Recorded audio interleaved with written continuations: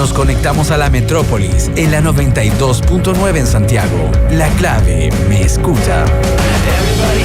Seguimos haciendo Metrópolis AM aquí en Radio La Clave y todas nuestras plataformas junto a la comunidad que fielmente se conecta día a día a través de nuestras distintas plataformas. Estamos junto a Chon Figueroa y con Yerko Ávila. Y escucha bien, con el nuevo Lacture HMB cada día es una nueva oportunidad para seguir disfrutando de lo que amas. Su fórmula con calcio HMB y sin lactosa te ayudarán a recuperar y mantener tu masa muscular. Combina 4 medidas de Lacture HMB con 200 mililitros de agua y listo. Consúmelo diariamente y sigue sintiéndote fuerte. Con Lacture HMB sin lactosa, sigue disfrutando lo mejor de la vida y sin preocupaciones. Micasino.com es la mejor casa de entretenimiento online de Latinoamérica. Además, la más segura. Juegas, ganas, cobras de inmediato. Todo el fútbol del mundo, todo el deporte y toda la entretención. Y si hablo del fútbol del mundo, saltamos de Sudamérica y nos vamos a Europa, porque hoy hay partidazos en la Liga, en la Premier League y la Copa Italia, que está en su fase decisiva. Athletic Club ante Las Palmas, empate. Celta de Vigo ante el Villarreal, gana el Villarreal. El Getafe frente al Real Madrid, empate. Arsenal ante el Crystal Palace, gana el Arsenal. Y en la Copa Italia, el Inter de Milán enfrentando al Milan, el clásico de la Madonina, empate. 10 lucas, y si logramos acertar, estaríamos cobrando 2.807.538 pesos. Así es que tú no esperes más, juega, gana y sobre todo cobra. Así de sencillo es.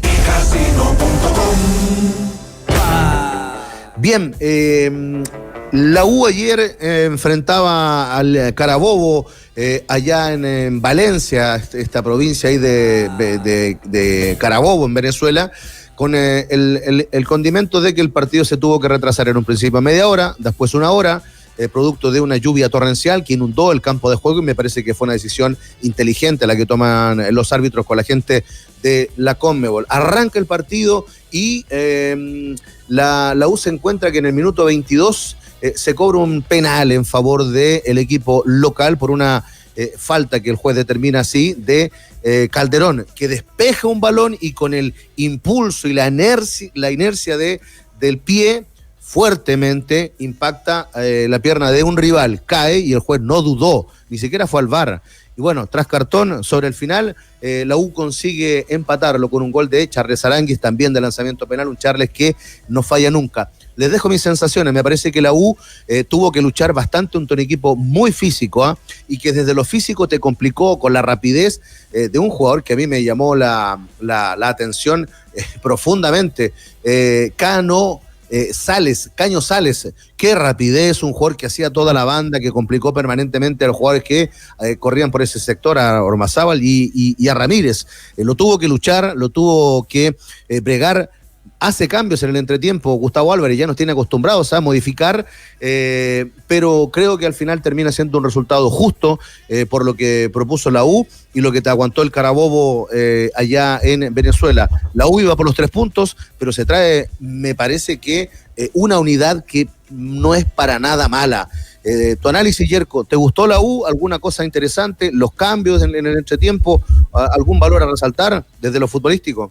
Sí, diría que el primer tiempo fue un poco raro porque los primeros 20 minutos la U, a mi modo de ver, se estaba acomodando en la cancha, tenía el control de la pelota, consiguió un par de ocasiones de peligro con Di Llorio, que estuvo muy atento el loco Broera, y después el partido entra en un punto de inflexión con el penal al minuto 22. Yo creo que Carabobo no había realmente asomado algún peligro en el arco rival y bueno, Tortolero que lo capitaliza. La U acusa el golpe de este gol, comienza a sufrir con la velocidad, tú lo decías, de Cañosales, que en algún momento jugó en Everton, ¿no? En el fútbol chileno, y Berríos, que también es una máquina y es difícil pararlo, y lo empata terminando el primer tiempo. Ya después el segundo, Álvarez busca mejorar en ofensiva con Guerrero, Leandro Fernández, Altamirano, pero yo creo que no le funcionaron derechamente los cambios. Ninguno de ellos logró gravitar, salvo Leandro Fernández en un par de pinceladas. Sí, me parece que sí. Y renunció a la marca de Poblete, que es un una pieza muy importante y es un negocio que hay que jugar, o sea, tú sacas a Poblete y sabes que eso te sale muy bien o derechamente no te funciona. Yo creo que es un buen punto porque a la U el segundo tiempo le costó mucho, la cancha estaba pesada, el equipo bajó el ritmo e intensidad y entonces, considerando que ya tenía 6, no me parece que sea un mal punto para el equipo de Álvarez.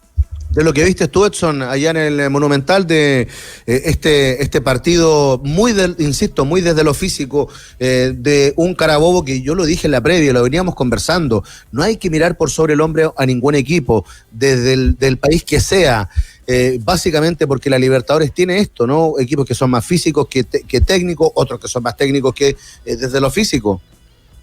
Me voy a quedar con lo último que decía ayer con respecto a que no me parece un mal resultado, a mí me parece un muy buen resultado para la Universidad de Chile.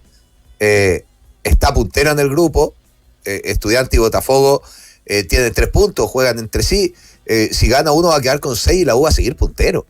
Muchas veces nos pasa que cuando se juegan equipos, o sea, partidos de Copa Libertadores con equipos venezolanos, con equipos, no sé, como el Bucaramanga de Colombia, en el caso de Colo-Colo, en algún momento Delfín, o equipos que no tienen tanto renombre, se da por sentado que se tienen que ganar los 3 puntos. Y no es así, la Copa Libertadores es extremadamente compleja. O sea, saca las cuentas de lo que es el partido de la U. Un viaje de 12 horas, que los jugadores estaban molestos. Yo le vuelvo a tirar la oreja a las dirigencias de la Universidad de Chile, ahora por algo más cercano a lo deportivo, porque la dirigencia de la U es cuestionable por todos lados. No puede ser que en Copa Libertadores tenga un vuelo comercial hasta Colombia y después un charter. A veces hay que invertir en un charter, sobre todo por lo que está haciendo la U en esta Copa Libertadores. Un charter privado, por más que haya tenido que tener algún tipo de escala, era lo que le correspondía y lo que merecía un plantel como esta U, aunque salga caro, a veces hay que hacerlo.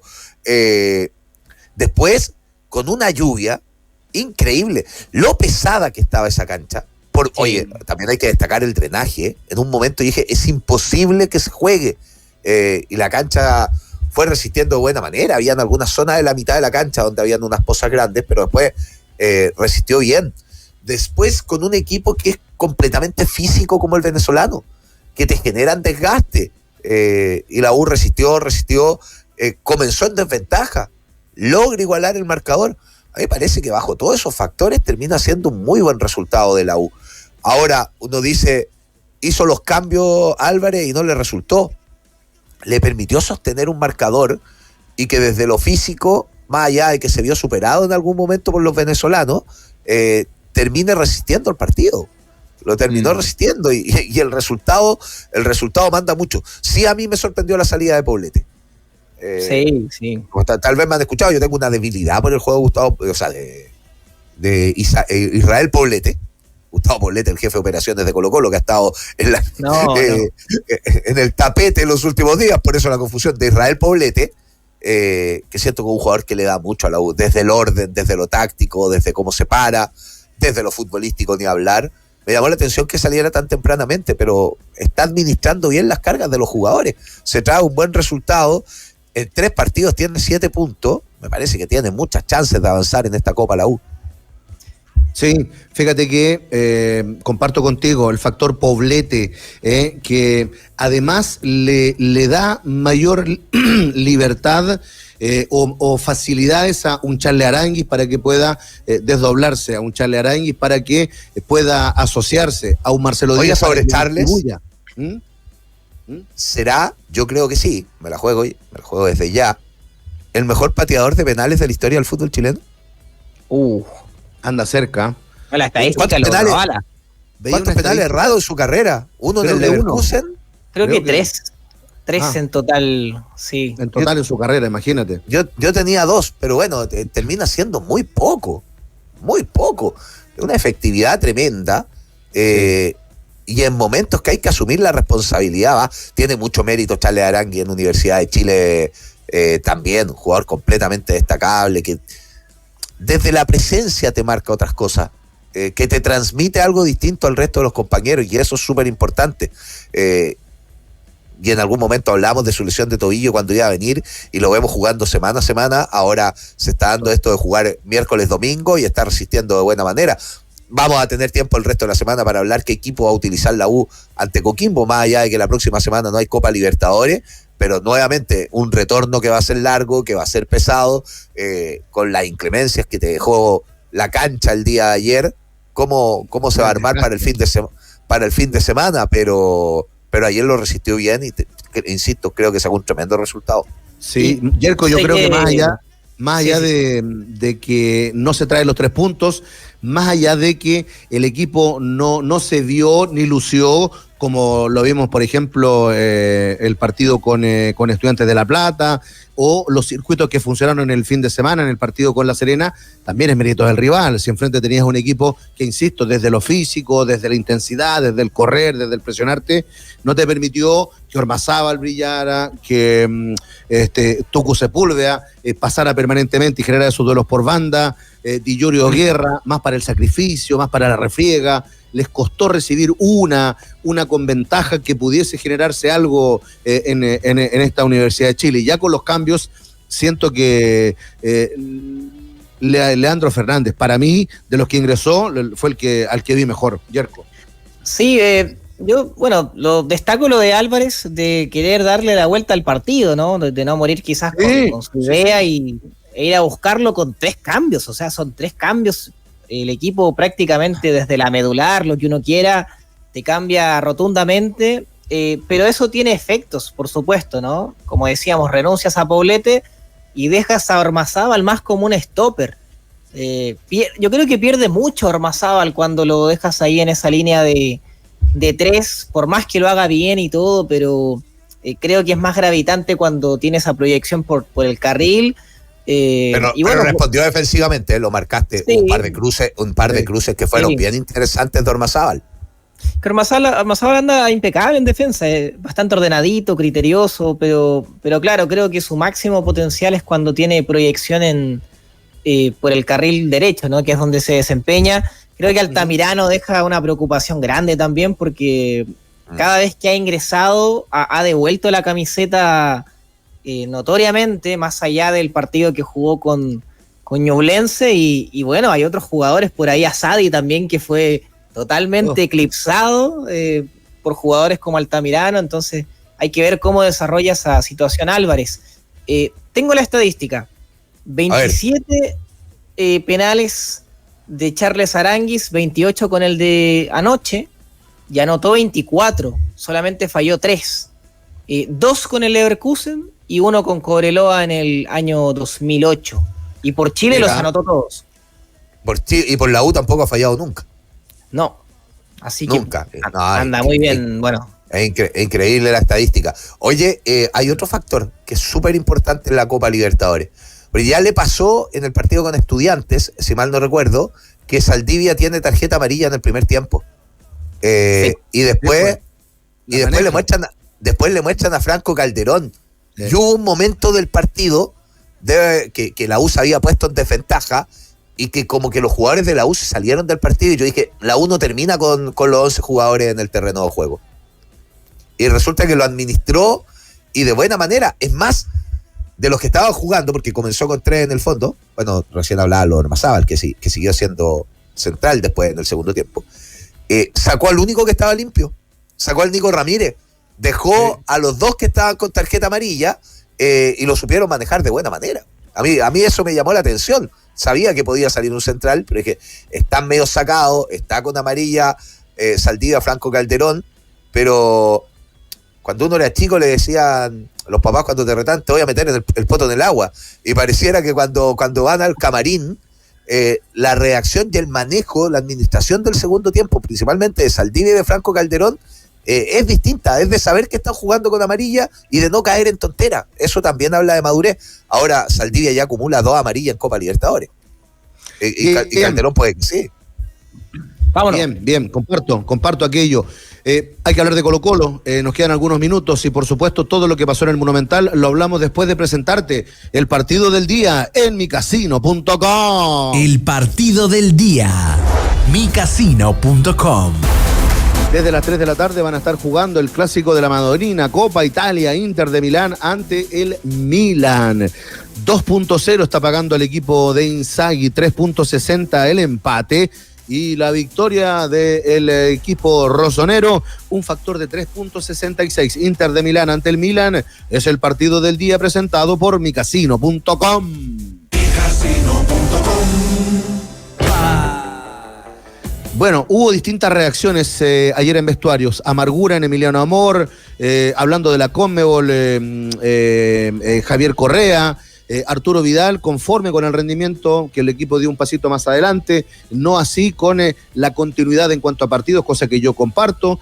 Jorge Almirón, que dijo que no se vieron superados, que es un punto que suma, y en la cancha y en lo futbolístico me parece que queda una sensación amarga con que Colo-Colo lo pudo haber ganado y que desde un lateral, que son conceptos básicos, no te puede marcar un gol, minuto 85, un descuido en ese momento que le permitió al equipo argentino anotar el gol del empate tras lo que fue un muy buen primer tiempo de Colo-Colo, un golazo de Cepeda, acostumbrado nos tiene a estos remates de media distancia, ya había hecho goles así en Copa Libertadores el 2024, lo ha hecho por ahí también en el Campeonato Nacional del año pasado, pero no le termina alcanzando y la sensación que me parece que queda, Edson, es bastante amarga, ¿no?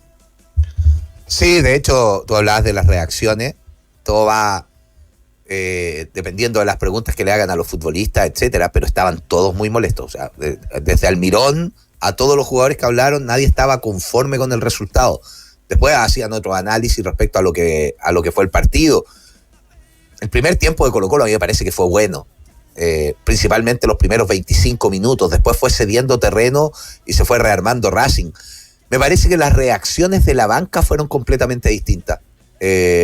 La reacción de Gustavo Costa, de ir a buscar más adelante el partido, de dar un par de pasos para adelante, de aumentar la presión sobre la saga de Colo-Colo, y Colo-Colo cayó en recuperar, saltarse el medio campo y buscar el pelotazo para Salomón Rodríguez y Javier Correa, que no te ganaban una.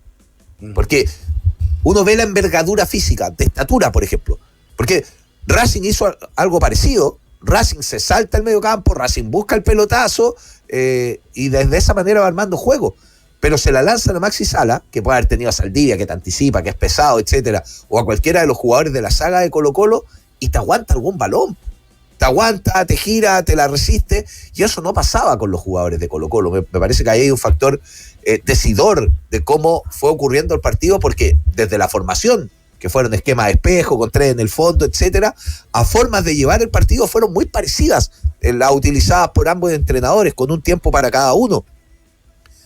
Las modificaciones también me llamaron mucho la atención, principalmente lo que implicó la salida de Lucas Cepeda. Colo-Colo fue cediendo terreno y metiéndose muy atrás tempranamente en el partido. Como que le estaba entregando el campo a Racing, no recuperabas y se veía venir. Yo de verdad no entendí por qué sostuvo a Salomón Rodríguez en el terreno de juego, sin ganar una, y sacar a Lucas Cepeda, que es un jugador que desde su velocidad, desde el remate de media distancia, te genera peligro. No, es que tenía amarilla. Justamente yo marcaba recién la administración de las tarjetas amarillas que tuvo Saldivia, que tuvo Franco Calderón en el partido de Universidad de Chile. Un futbolista que es delantero, además, está mucho menos expuesto a que le muestren otro amarilla. Tenías con amarilla tus 2 laterales, tenías con amarilla más de algún jugador en el terreno de juego. Te fue llenando, a Vegas también, te fue llenando a amarilla el árbitro también. Una cuestión que llamó bastante la atención, pero saca al delantero, al que menos peligro corre. Entonces, el argumento de que no fue por la amarilla, no ha lugar, porque ahí La Vega, una cantidad de jugadores que teníais con tarjeta. Creo que eso fue una señal errónea. Entró Marcos Volados, que prácticamente no entró en juego, no estuvo en el terreno de juego. Las modificaciones tampoco fueron las correctas, y me llama la atención, porque si bien técnicamente no es una pelota detenida, lo llaman más bien una jugada de iniciación, un lateral, se trabaja hoy como una pelota detenida. De esa manera, es más, se trabaja tan de esa manera que Colo-Colo busca en los laterales, que ejecuta Aquino, justamente una jugada de peligro. Desde tus laterales no generaste ni una, y desde los que te realizan a ti, te generaron la jugada del gol, con un Vicente Pizarro, que entró muy mal, que va a marcar al primer palo, trata de poner el cuerpo, ni siquiera salta para molestar. Después hay varios movimientos erróneos porque se agacha Sebastián Vega, Emiliano Amor va como de lado, se lanza al piso Alan Saldivia que le rebota la pelota. Hubo muchos errores en la marca, muchos errores. Desde la entrega del lateral, porque entró Eric Wimber a defender y revienta esa pelota hacia la tribuna en el lado de tu defensa, cuando esa pelota era fuerte adelante y si terminaba saliendo al lateral en la mitad de la cancha, está perfecto, pero regalaste un lateral en una zona que no lo tenías que regalar, porque después si ganaba Colo-Colo con el resultado, el análisis era otro, de que hay tiempo para mejorar, de que probablemente la falta de partido está pasado la cuenta, que no puedes sostener el ritmo porque casi no has jugado, que son todo análisis verídicos, pero tantos errores en una jugada no puedes cometer, no puedes replegarte tanto y terminó costando el partido. Sí, yo creo que en el juego contra fuego del primer tiempo Colo-Colo lo retuvo bien, o sea, bueno, se puso en ventaja con el gol de Cepeda, creo que neutralizó bien a Martirena por el sector derecho de Racing, un partido controlado en líneas generales, ¿no? Pero creo que hay que destacar también la lectura que hace Costas del partido, porque saca a Saracho, que estaba jugando muy mal, ingresa a Santiago Solari y después le da el ingreso a Barrios, que termina marcando el gol. Un Barrios que reemplaza a Martirena, que justamente estaba haciendo un partido bastante apagado. Aunque venía saliendo una lesión, Martirena. Sí, pues venía tocado, pero creo que estaba bien controlado por el planteamiento defensivo de Colo-Colo. Es un gol de carambola, finalmente completamente evitable, el empate de Racing. Y yo creo que Almirón mermó muchísimo el equipo con los cambios. O sea, si sacas a Cepeda en el minuto 74 por Wimber, estás dando una clara señal de que quieres menos proyección ofensiva, que quieres que el equipo se neutralice un poquito más, digamos, se repliegue un poquito más. Y justamente en contrapartida, Costas, con sus cambios, da otra señal de que quiere ir a buscar el partido, y carambola o no el gol, le terminó saliendo bien la jugada. Yo creo que la banca de Colo-Colo también es preocupante porque le da minutos a Volados, por ahí quizás Alexander Oroz, no sé si quizás pudo haber sumado minutos. Yo pensé que era él. Sí. Yo pensé que iba a estar él. Venía... O Zavala, fíjate. También. Yo creo que los tres cambios no entraron bien. Hay un cabezazo al final de Volados que no le logra dar buena dirección, Pizarro cierta complicidad en el gol, Wimber no gravitó ofensivamente porque entró más preocupado desde lo defensivo. Comparto con ustedes, muchachos. Y tampoco defensivamente. De hecho, yo insisto, hay un error en donde despeja el balón en esa jugada del lateral. Tenía él la posición del balón y la termina regalando un lateral para Racing. Estaba marcado, pero pudo haber hecho algo mejor y no arriesgar un lateral en esa zona del terreno de juego. Hartas conclusiones debe sacar Colo-Colo de este partido de cara a lo que quiere. Principalmente de la intensidad y de algunos jugadores que no reaccionan. A mí me llama la atención llegaron refuerzos que no juegan. Y que no juegan porque no están a nivel, simplemente. O sea, uno ve los partidos que ha tenido Vicente Pizarro y uno dice, ¿qué tan mal está Víctor Felipe Mente y Alarcón para que ni siquiera ingresen? Porque además uno ahí saca otra consecuencia. Villagra cuando entraba de volante en muchos partidos. Entonces 2 de tus refuerzos en el cuarto mes del año todavía no están a punto, todavía no están en competencia. Y lo que nosotros decíamos, ¿cuánto va a crecer Pizarro? Porque esto le van a ir a quitar el puesto. Algunos decían, lo vienen a tapar. Va a tener una alternativa Vidal. A principio de año se decía, Pavés capaz que termine perdiendo el puesto. Y ni siquiera ingresan porque todavía no están. Y otra cosa que me llama la atención, que cuando sale Arturo Vidal el día de ayer, que creo que Arturo Vidal no hizo un partido correcto, no, pero se nota en demasía su presencia. A modo de ejemplo, esa jugada del final del primer tiempo, cuando lanza la patada hacia atrás con Maravilla Martínez en ese enredo que tiene, probablemente a otro jugador le marcan tarjeta amarilla. Arturo Vidal no, solo por presencia, solo por ser Vidal. Pero además cuando él sale, es como que el equipo bajara los brazos, como que tuviera otra impronta en el terreno de juego. Y a Colo-Colo me falta ese jugador de carácter, que lo tenía el año pasado en el Peluca Falcón en la saga. No hay un jugador de sus características, más allá de que a mí me parece que Sebastián Vega ayer hace un muy buen partido. Sí, me parece que hace un muy buen partido, pero no transmite eso. O sea, yo me imaginaba en esa última jugada ayer, donde va a marcar Vicente Pizarro, que Peluca va al primer palo, la despeja de cabeza y termina celebrando con sus dos brazos y transmitiéndole algo distinto. ¿Pero qué es lo que pasaba? Sí. Te transmitía algo distinto. El Colo Gil, que para mí ya había cumplido un ciclo, que perdía prácticamente todas las pelotas, también te contagiaba otra cosa en el medio campo. Te transmitía que ningún jugador del medio campo te lo está transmitiendo, que no te lo transmite Pavé, etcétera. Lo digo cuando no está Arturo Vidal. Y en ofensiva tampoco tiene ese jugador que te transmita. Me parece que a Colo-Colo le falta esos jugadores que en momento de partido, desde lo extrafutbolístico, te dan algo más. Y con eso no estoy diciendo, porque lo dije desde lo anecdótico, que me gusta un futbolista que celebre un lateral o que celebre ese tipo de acciones, sino que te transmite algo más en la cancha, que cuando hay que meter algo adicional lo hace. Me parece que Colo-Colo, y que tiene que ver con liderazgos también, a Colo-Colo le falta eso, y que ayer si lo tenía, probablemente ganaba el partido, y estábamos hablando de un Colo-Colo que quedaba tremendamente bien posicionado en el grupo. Hoy queda tremendamente complicado y va a tener que ir a buscar puntos de visitante. Y hay un tema de esquema, sé que hay que cerrar, chico, pero creo que tiene un enredo grande Almirón con la presencia o no de Salomón, que bueno, se pagaron más de 2 palos verdes por él y no ha respondido. Realmente hay que dejarlo como titular.